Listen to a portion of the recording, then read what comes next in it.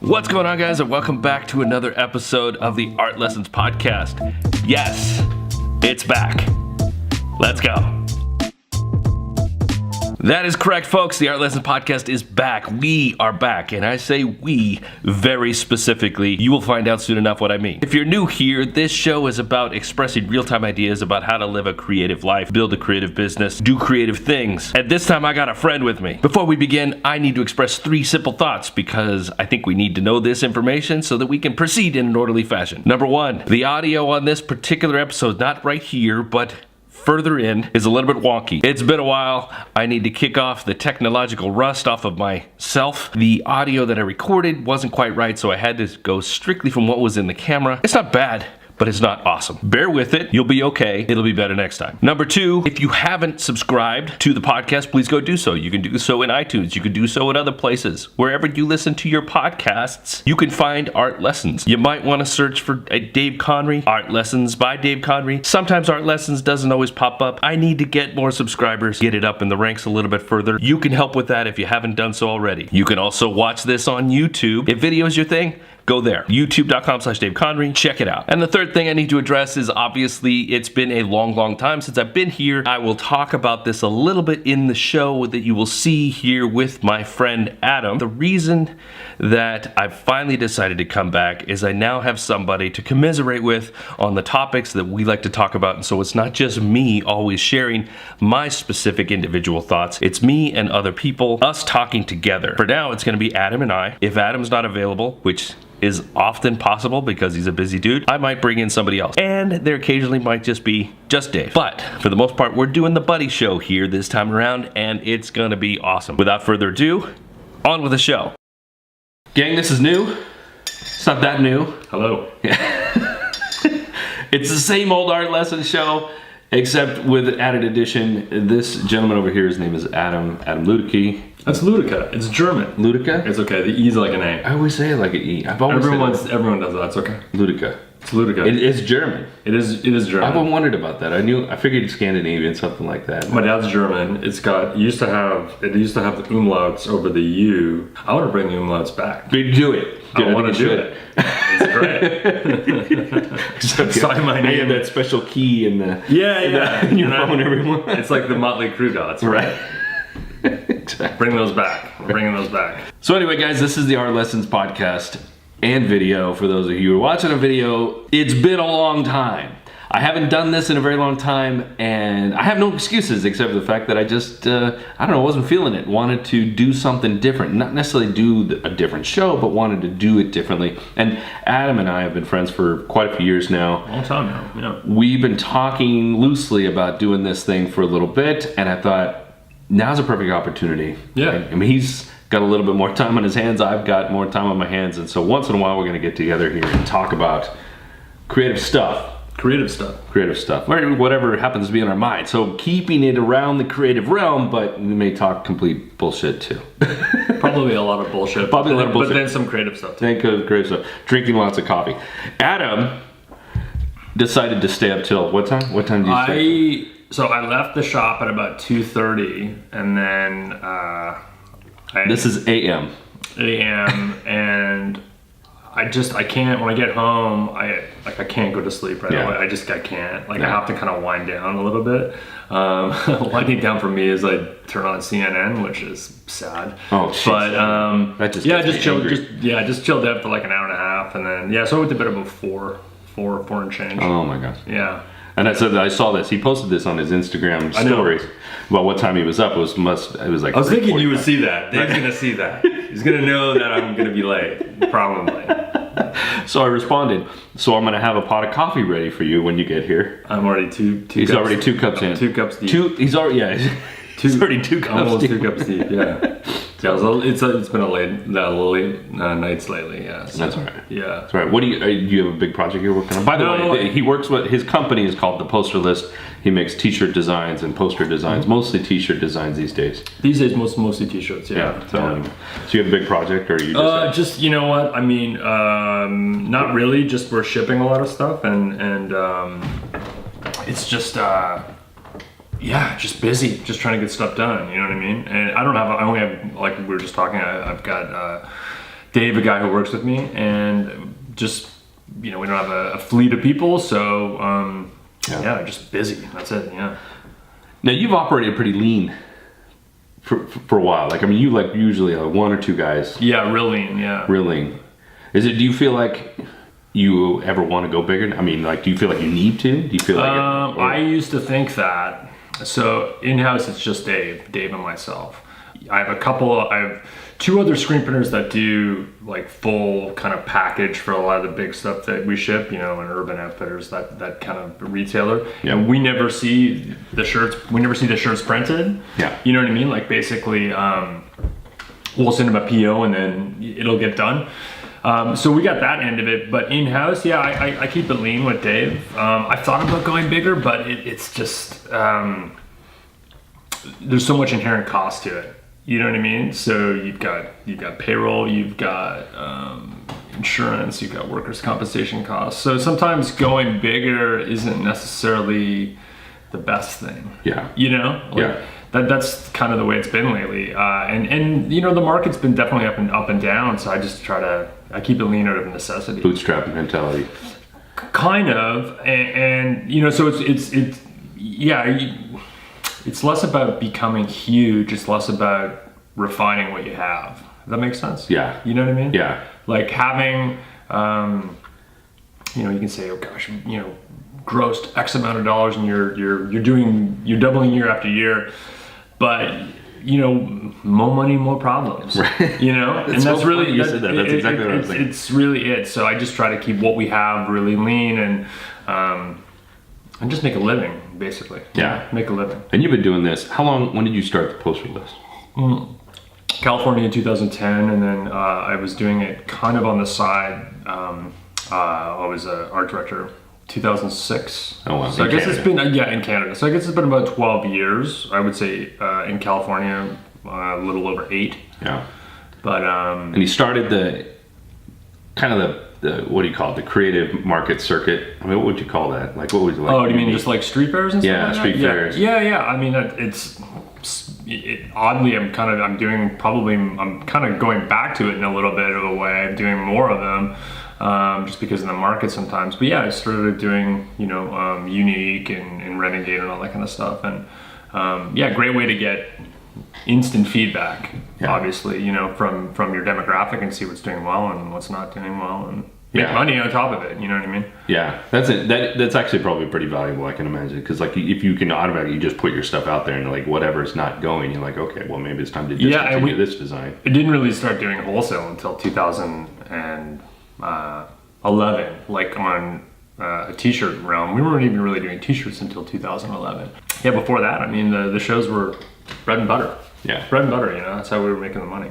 Now, you told me that you've done all the big wholesale shows like Magic and whatnot. Just did Magic, yeah. I've only done Magic. That's you never did ASR or whatever they call it. Was it? Oh, Agenda. Agenda. Yeah. No, I've never done it. I've walked it like probably half a dozen times. Yeah. Great show. Extremely looks great.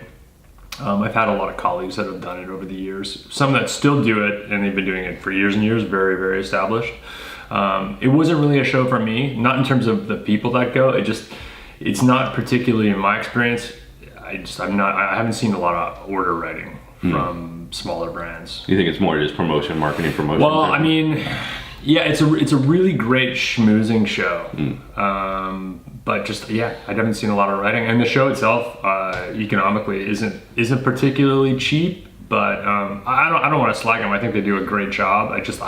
Again, like keeping it lean. I don't have a spare $11,000-$12,000 kicking around, to kind of do a double booth. In fact, like I actually haven't been I didn't do Magic in February, and I'm not 100% sure, but I'm pretty sure I'm not going to do it in August next month, which is a first for me. I haven't not done it in about 8 years. How did that affect you this year?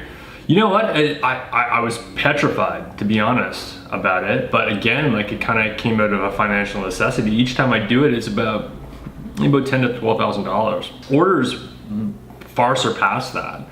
But sometimes when you look at it, the idea is you want to get more new clients, and I wasn't getting a ton of new ones. I was getting like some new ones, but I was really just kind of paying $10,000 to $12,000 to sort of service the people you were to service the people I already had. You know what I mean? And it's a big chunk of change. Yeah, so I was really nervous about it, and I just sent out an email with the catalog and just hope for the best. You know? So yeah, it's been okay. I mean, I've lost like maybe 2 to 3 accounts, and you know, you never really want to lose accounts, but it didn't really.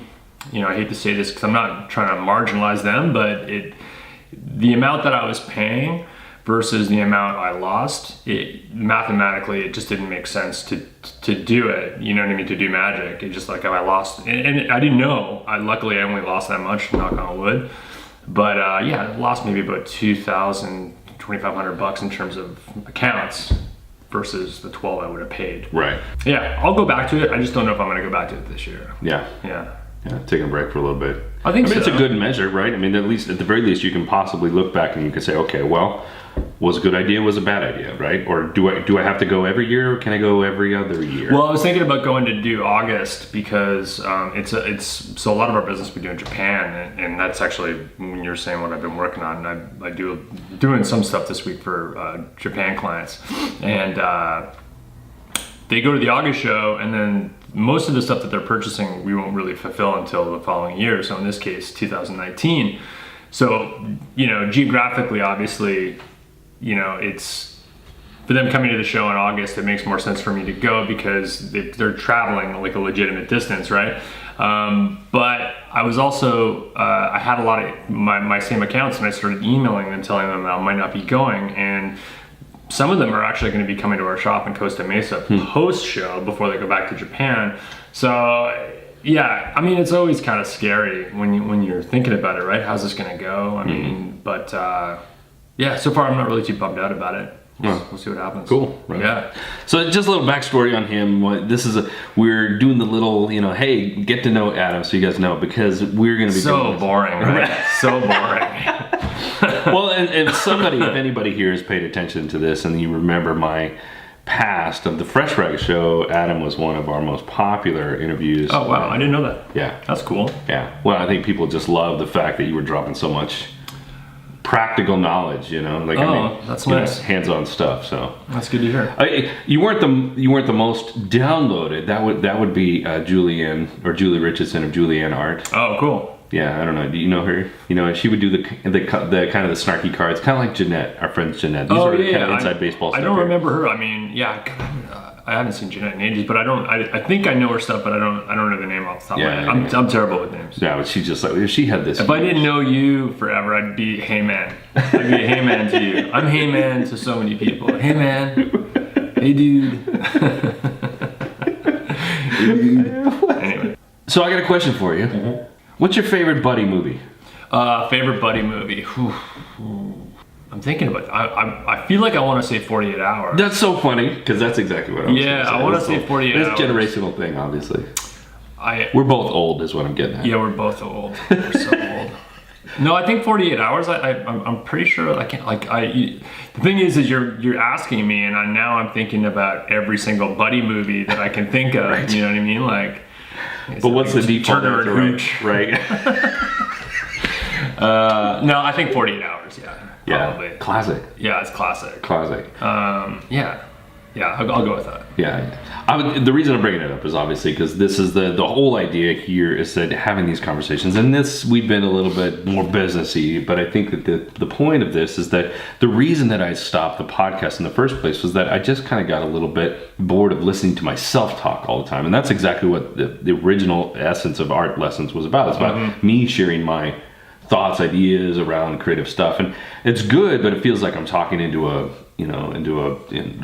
wall, like I'm just hearing myself all the time, and it's just like, I just get tired of this, and I don't know if everything I say is exactly valid. But then Adam and I get together, you know, not as often as we probably could, but we get together. He lives here in Long Beach, just like I do, and when we talk, we just talk. Like we just go on and on and on about stuff. Yeah. And I think that that's a good thing. And we talked about doing the podcast together for a while. So that's why we're doing this. It's like, getting good friends, sitting down, drinking, whether it's drinking coffee or maybe sometime drinking beers, whiskeys.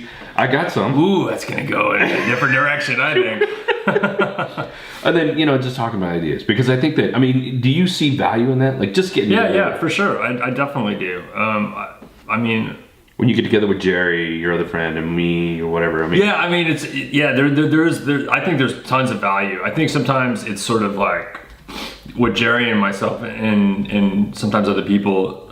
Usually it's from like the craft show kind of vendor circuit a little bit. Yeah. It's you're just sort of reestablishing relationships, but then a lot of time you're just bitching about X, Y, and Z. You know what I mean? But it's also great. We're sort of all in this struggle or experience together, so we learn from each other, right? So it's very cathartic. You know what I mean? And a lot of people that I know, Jerry in particular, I've known you forever. Yeah, we've been doing this a long time. Yeah. And with that there becomes conversation about good things and bad things, and I love doing this, God, I hate doing this, all that stuff. And I think that that's the thing, like keeping it loose, letting it stay open, and let the conversation just roll. Because I think that a lot of people feel like, oh, I need to, when they make a podcast, I need to bring tremendous value all the time. And sometimes the value doesn't always come in, hey, here's my 10 lessons to how to be a freelance whatever, or it could just be in the commiseration, right? Totally. We're sitting here talking about bullshit, and the person there, listening or watching, and they're saying to themselves, that's exactly what I'm dealing with. Yeah, right? I think a lot of times, not to say that, the commiserating part of it sometimes, I think that gives a relatability to it. You know what I mean? Because particularly, I think we talked about social media and everything on every level, everything is so perfect. And yeah, you know what I mean? So curated that there's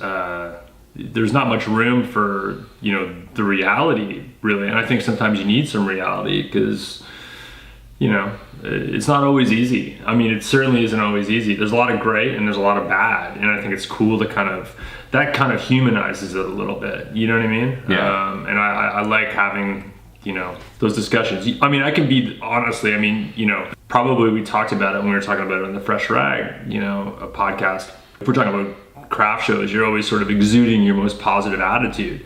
You know what I mean? On the flip side of that, well, some people, some people, sure, some right. people don't, but yeah, right. And then on the flip side of that, though, you know what I mean? Just using that as an example, as much as you're exuding positivity, in the inside, you're like, God, I've been up since 4 a.m. and I've been here for 12 hours and I'm ready to die. You know what I mean? And so having that, I think, gives a real relatability. Yeah. You know what I mean? Anything that, And you force yourself into it. If you've ever seen Adam's booth, most of you probably won't, but if you've ever seen him, he's always, you don't have chairs. You're always standing up. Yeah. Your booth is pretty tight, meaning your space is relatively tight, and it's mostly you haven't seen it for a while. It's basically the same, but it's not so tight in there anymore. But we mostly do 10 by 10 corners if we can, and then if we're not, we're doing 10 by 10. So I've kind of refined it on the inside. Okay. And Dave's with me too, generally. Yeah. Dave, who not me, Dave. The other. Yeah, he comes and does it, but. Yeah, we kind of... so you're refining it a bit. Yeah, refined it a little bit, but it's... But you're still on your feet. Oh yeah, dude, we were in Ocean Beach last weekend. I left my house at about 3:30 in the morning. I picked Dave up at our warehouse at about 4:15. We got to Ocean Beach, which is just outside of San Diego. I got there at 6, and we did the show till 7 o'clock in the evening, and then loaded out, and then got home probably about 9:30. So I don't know, do the math on that. What is that, 16, 17 hours, something like that? Yeah, it's a long day, but... Yeah. Well, and we're carnies. Yeah. We're carnies. Now people have a whole entirely different outlook on you, because they think of carnies, right? Oh yeah. Well, no, but it's funny. But talking about Jared, that's kind of the stuff we kind of talk about. You know what I mean? Depending on the show we're kind of doing, yeah. we'll see people that are older. I'm in my late 40s, and I we see people who are I don't know, they're selling $5 sunglasses or something, or they're selling hats or something, right? And they look like they're in their 60s or 70s, and oh my God, like, is this going to be us? Is that due for the, yeah. You know, is this going to be us, right? And it's interesting. And I see that too. Like you go to even just the local, that little art and craft thing at the marina. Oh yeah, farmers market, and we have a local farmers market, and they have a craft and art section. That's what they call it, art and craft section. But it's mostly just people selling. Yeah, down by Marina Pacifica. Or whatever. Yeah. It's like, like a lot. Some people do crafts and stuff, but other people are selling, like you said, like Zippo lighters or sunglasses or whatever. And they are like that. They're like these burnouts that have just been like doing it for decades. Yeah, it's interesting. Like, it's just, California is not a cheap place to live. Love living here, but not a cheap place to live. And it's just, we're all hustling to make money. You know what I mean? And you and I both came from traditional graphic design backgrounds, and I think we talked about it a while back, but talking about going back to a traditional job. Yeah, I struggle with that. I feel like I could. It's not that I wouldn't want to do it because I feel like I would be lacking any kind of dream or anything. Like, I would probably still do the poster list if I had a job like that. But I don't know. Sometimes I just feel like, you're hitting your late 40s or whatever. You're like, am I completely irrelevant? Like, in that realm, you know what I mean? Like. Yeah. Like, it's crazy. Like, I remember when I was doing it, I felt like I was getting old.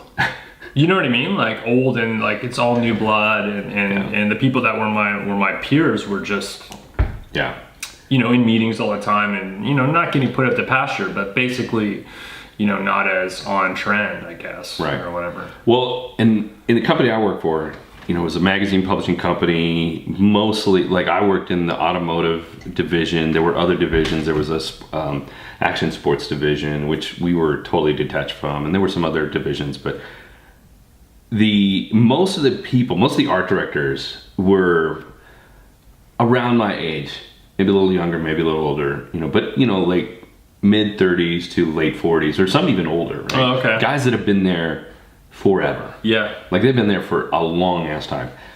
But then you go to the action sports building, and it's like, if you're 40, you're the grandpa in the room. Right. And I mean, even like all the editors and the art directors and everybody's super young and beautiful. They go to the beach on their lunch and everything. And it's like, I mean, that is exactly what I felt like. Holy shit. Like, even if I wanted to work on Surfer magazine or whatever, I would just feel so like weirded out, because I know that they also have a culture there, a culture of inclusion or exclusion, however you want to take it. But I know that it was one of those things that you could always go back to a position like that if that's what you wanted, or I wanted, or something like that. But it's like, I mean, even just when I look at design stuff that happens now, like when I look at, like, say, whether I'm on Pinterest or Instagram, looking at what other people do design wise, it's like, geez, man, like the design. I don't know if I want to call them standards, but like the design trends that are happening now seem so not outside my realm, but it's like I would almost have to relearn my creativity I know what you mean, to fit into that space, And even when I just look at other magazines, it's like, God, man, like the way magazine design is changing these days, like little things like that, I don't have the same drive for it. Like, I still enjoy looking, because I was in we were working on magazines when I was in the industry, and I don't have the same drive. Like, I love looking at magazines, and I love, like, I do get excited when I see something that looks really designed well and looks really cool. But sometimes you're always kind of thinking, like, what would I do if I wasn't doing this? And you're kind of forced to think about that. And sometimes I mean, it's just I think it's sort of thinking about that, but also realizing you're getting older. You know what I mean? Like, it's the older part that's kind of, what I mean? Like, your time to figure it out isn't quite, you don't have that abundance of time, and that can be a little bit sobering at times. You know what I mean? That's the trick, I find. And then it doesn't help, like, especially for the people that I know that were magazine art directors who, like me, got laid off from their job, and like some of these guys, like, the amount of magazine jobs is radically diminishing because obviously the newsstand is becoming smaller and smaller and smaller. Yeah. And so the opportunities, like, especially like if you're like in your 50s wanting to get an art director job, you probably have a certain level of what you need, like just from a monetary standpoint, you need to get a certain amount of money. Yeah. And these guys are looking for not only fresh ideas, but kids that'll be willing to work, for pennies on the dollar, and not only that, they want them to do, I think it's changed quite a bit from when we used to do it. You have to do so many different things. So you could be doing the magazine, you could be doing web, you could be doing video, you know what I mean? They really want like a diverse creativity. Like your abilities have to be much more, because I think the economy is getting better, but I think just because of that, if you're getting paid what you would want to get paid living down here, they want you to not only produce, but produce in a lot of different realms, and kind of like you said, like it's a bit stressful, like, relearning, you have to relearn all this stuff, and it's just like, so. Well, and when I started there at the company, I was doing one magazine. And that magazine was, on average, about 300 pages a month. Now, I only did the editorial stuff, so I was doing maybe 45% of that. And that was what I was responsible for every month. Still banging out, whatever, the 150, 140 pages a month of editorial. Now, all of those magazines have shrunk dramatically. In fact, that magazine is down to like 85 pages these days. Oh, yeah. But these art directors that work for these companies now, they don't do just one magazine. They do multiple magazines. And you would think like, oh, well, your page count's down, then it should be easier for you. But then the thing is like a lot of times the deadlines are like on top of each other. Yeah. So it's like you're trying to work 2 or 3 magazines at once where their deadlines are a week apart, and you're just like, pulling your hair out, So it's like, it's a much different scenario, than what it was going in. So I don't pick up, sadly, I don't pick up magazines unless I'm at an airport. Yeah. I'm almost never really picking up magazines. Like the odd time I'll pick up like a Sunset magazine or whatever, but I usually don't pick up magazines unless I'm in the airport and I'm bored. I mean, I go to the newsstand at like a Barnes & Noble, I don't know, fairly regularly, but it's really mostly just to like look at stuff. Yeah. Right? I don't buy that many magazines anymore. It's like I'm just looking at like, oh, what are they doing now? Yeah. Like, and it's not really even consuming necessarily all the content. I'm not reading the content. It's more looking at it from a visual standpoint. Yeah. I can't even read, so I just... I never learned how to read. No, I'm the same way. I love the visuals of it. That's what I kind of live for, all that kind of stuff. Yeah. Yeah. For now, I'm doing what I'm doing, and you're doing what you're doing. So we're doing what we're doing. Well, and that's actually gotten me thinking about like one of the things that I've started. Like I was, doing the art and making. I still make art. I'm still making art, but I got this itch, and I just started doing. I ran out of space, so I had to restart the camera. That's all right. The people in the video are gonna malfunction. The people in the video are gonna get. They're gonna get the truncated version. The people in the podcast are gonna get. Yeah, they'll get the full deal.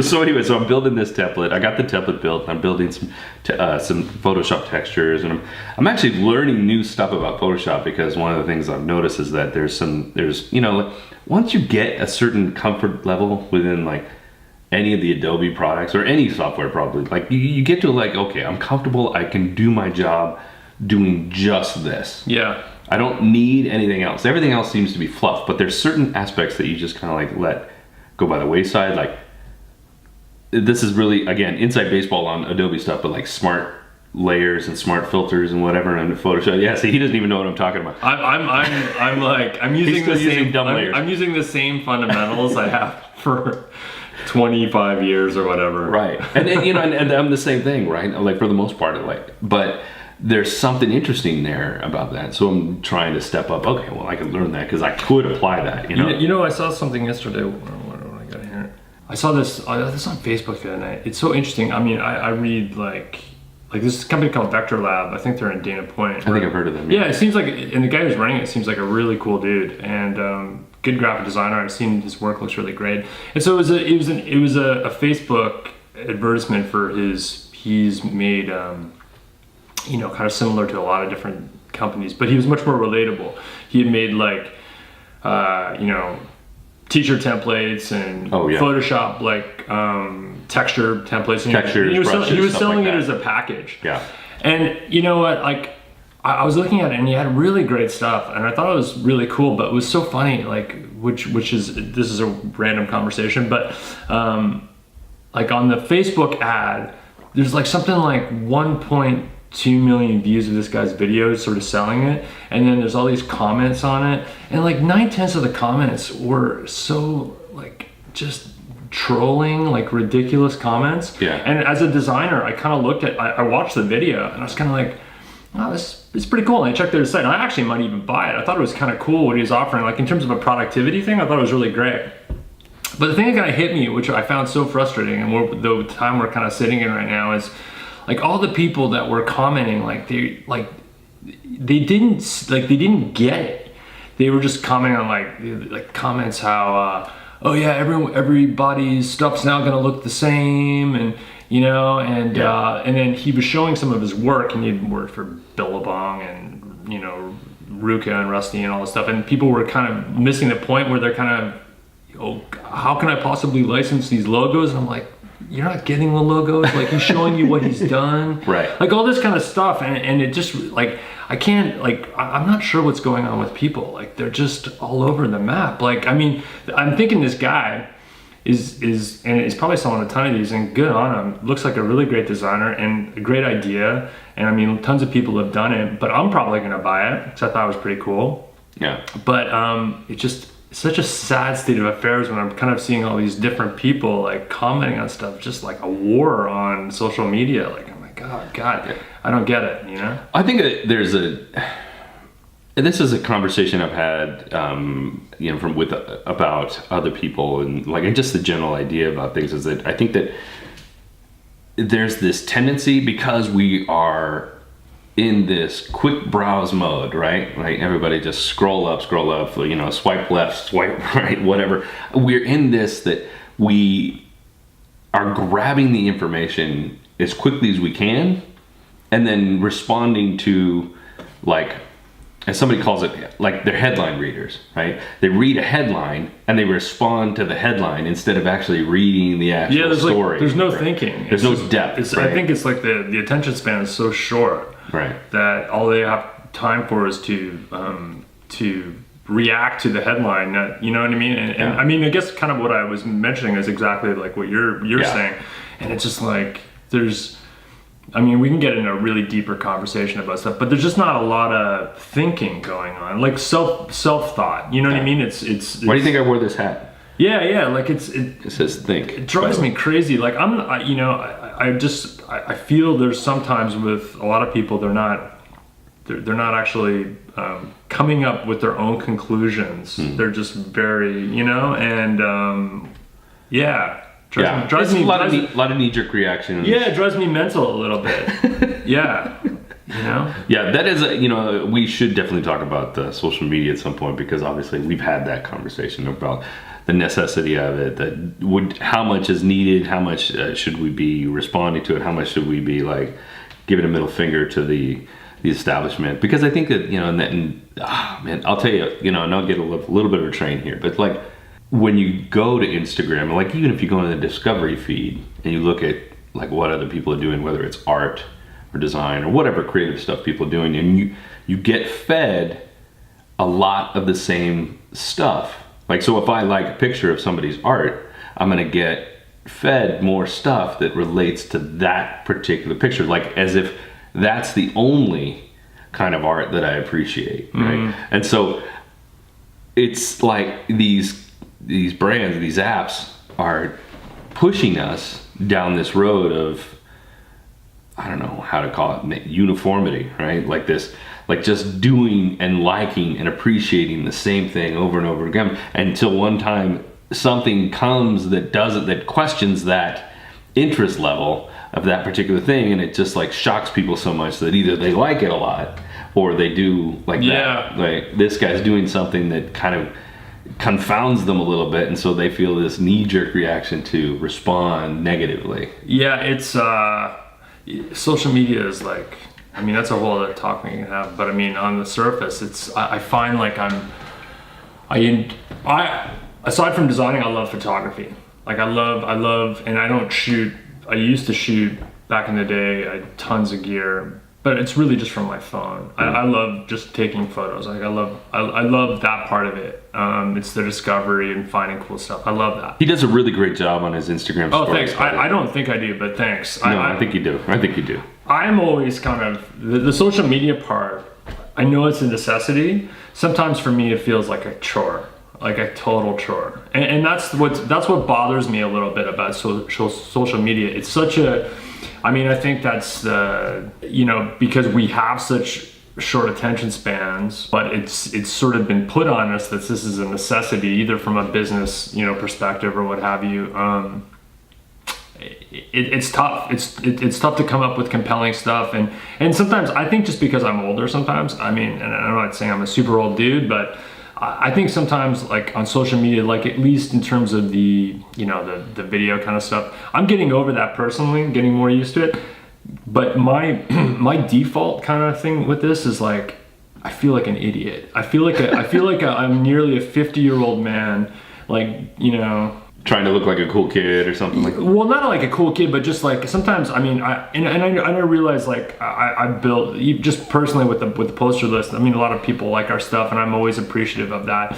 Kind of got to get over that sort of self-exposure kind of thing. But I think naturally, just you feel just kind of weird about it. I'm not that kind of person generally. Like I'm not really like a hey, look at me kind of person. And I feel like with social media it can kind of be like that. Mm-hmm. That's something I'm kind of getting over and getting more used to. But yeah, sometimes it feels like a chore. You got to come up with something cool, and then you've got these different kind of algorithms that are saying you got to put up 3 a day, 2 a day, you got to do this. It's like, I don't know. I'm not sure when this becomes, just like, this is a job in itself, which it is. I mean, there's people that do this and that's their job, Right. And I mean, when like talking about keeping it lean, I'm keeping this lean with Dave, and I'm like, can I swear on this? Please. Yeah, like I'm fucking doing like so many, like, you know what I mean? To me, it's more about, I mean, I want to make money and I want to make a living. I have responsibility financially, but on the social media, and sometimes you're just like,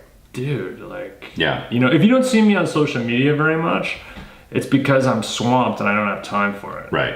And then, you got an app that can put this up and you can do this. It's like, I mean, it's just not enough hours in the day. I don't know. We don't even have kids. I don't even know how people have kids do it. Like, I mean, it's crazy. Yeah. Well, and I don't know how you do it. It can be tough at times. I tend to check out. In fact, one of the reasons that I took a break from video for a while, and I obviously still took a break from the podcast even longer, but I got sick. I think I told you. Yeah, it was right after we got together. I was actually right. I was feeling it at that point. Yeah.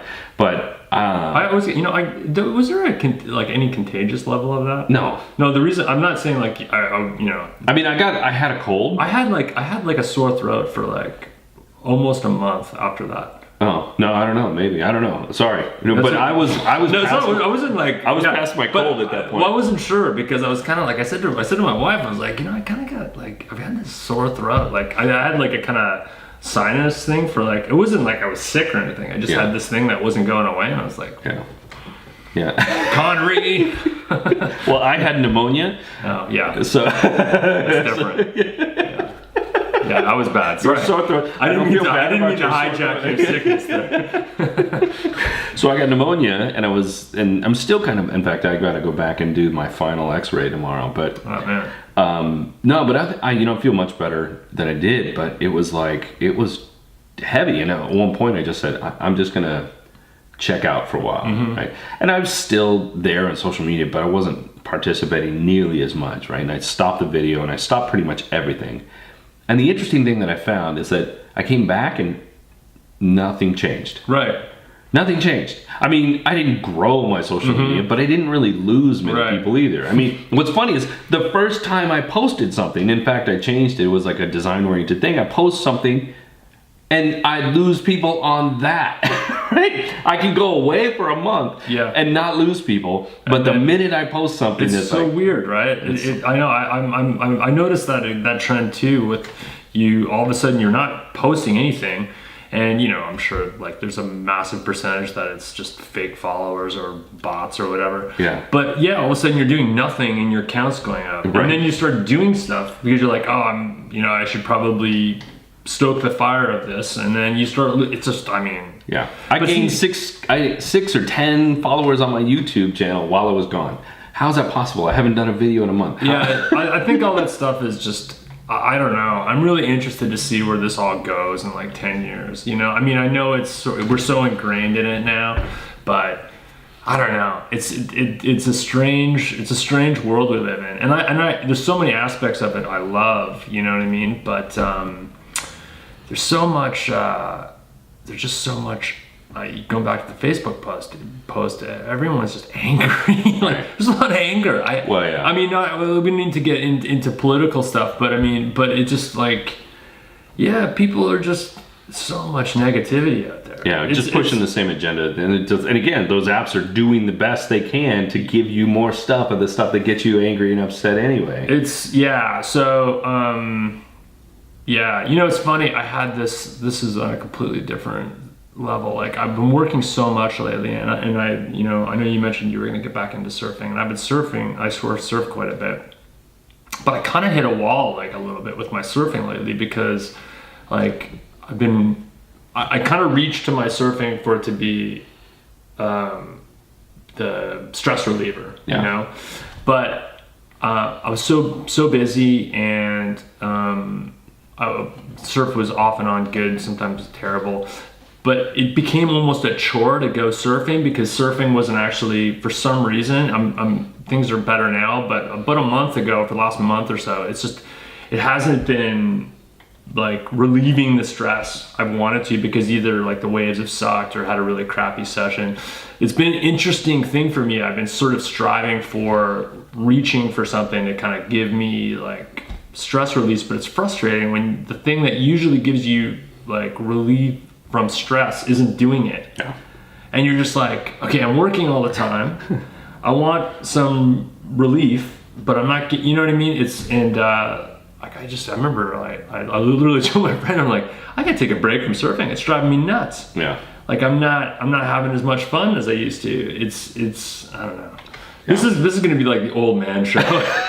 Old man Conrey, old man Luedicke, griping about stuff, you know. But we'll probably get a bunch of old men that watching and listening, so that'll be all right. Yeah, no, that's cool. But I'd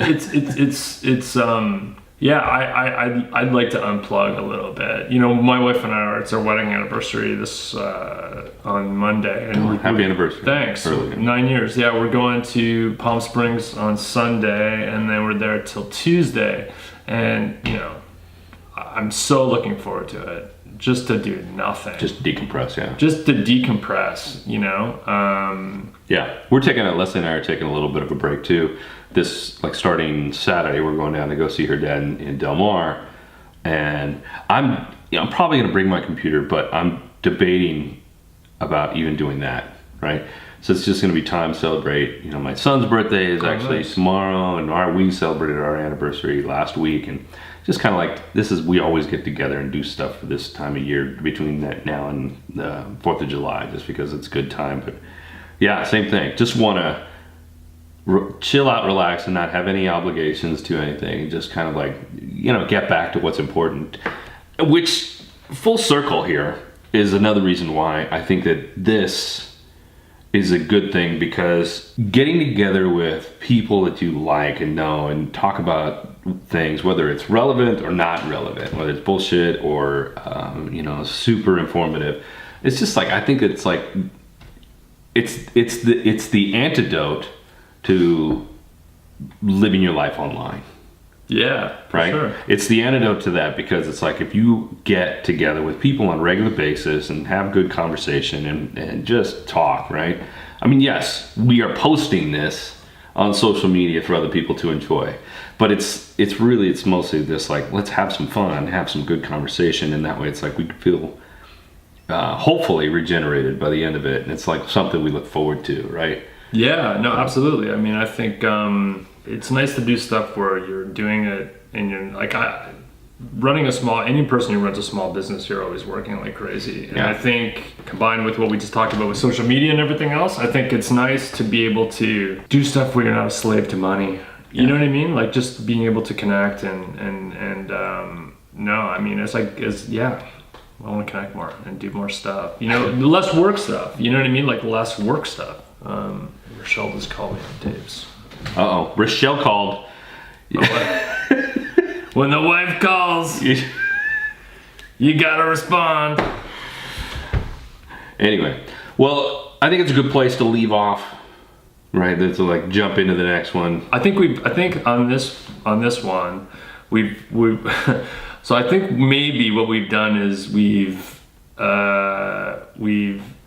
what's the word? Is it excised or how do you? We've Exercise? No, it's not that. How do we purged? Purge our demons. We purged our demons as it relates to like old men talking about like those kids, you know. So we maybe purge that, and maybe we can talk about other stuff like. Trust me, I don't think we've purged all. We probably haven't purged a lot. But I think it's good. It's good. Shake off the dust. Yeah, get a little comfortable. Dust. And we're not always going to be doing this in this environment. This is my little corner of the room in my house, and him and I have actually talked about this, of like getting out into other environments, whether it's like going to a local coffee shop. Yeah, that'd be fun. As long as it's not too fucking noisy trucks and Harley Davidsons. I like the ambient noise idea of it though. Ambient noise is good to an extent. Too much ambient noise not good. No, too much ambient noise not good. You know, go to a beach park or something like that. Yeah, that'd be fun. You know, that'd be fun. Yeah, that'd be cool. So we'll do that. We got to figure out. The hardest part of this is nailing him down to it. I'm the hardest part, but it's not too bad because I mean, actually, we live about an hour on this. Yeah. So this isn't too bad. This is easy. Keep it low key. It's. But when I told you about this initially, my idea is I want to be able to carve out more of this stuff just because. Just want it. Just to do some stuff. You know what I mean? Just to talk. Yeah. It's cool to connect. So. Anyway, so we're gonna wrap this up. Thanks everybody for hanging out. Find Adam at theposterlist.com or on social media. Instagram.com, theposterlist, where if you don't see me posting, it means I'm busy. He's neck deep. I'm neck deep. Or he's out there trying to pay the bills. Or he's getting pissed at the waves. Oh my god, I get so pissed at the waves. Gosh. Gotta change that mindset. Gosh. Find me, DaveConrey.com, or you can find me, Dave Conrey, pretty much every social media place. If you haven't subscribed to the podcast or the YouTube videos, please go do so at wherever place you're seen to be watching or listening to this. You can do that in iTunes. You can do that in YouTube. You can even do it on Facebook, but I prefer YouTube. You do what you ever want to do. You do you, boo. That's it, guys. Signing out. We'll see you next time. See ya. Bye. So there you go, guys. That was the first episode back after a long hiatus, but I hope you appreciate that. We are going to do more of that. And like Adam said, we kind of got all our demons out. And further communications will be even more uplifting and hopefully insightful and share good stuff with you guys. Like I said before, if you haven't already done so, please subscribe to the podcast. You can do so in iTunes. You can do so in Stitcher. You can do so in SoundCloud. You can do so in wherever you listen to your podcast. You can find us. Or you can watch and listen on youtube.com/Dave Conrey. Any one of those, all of those is great. If you want to subscribe to all, that would be awesome. That's it. I'm out. Remember, be good today, be even better tomorrow. See ya.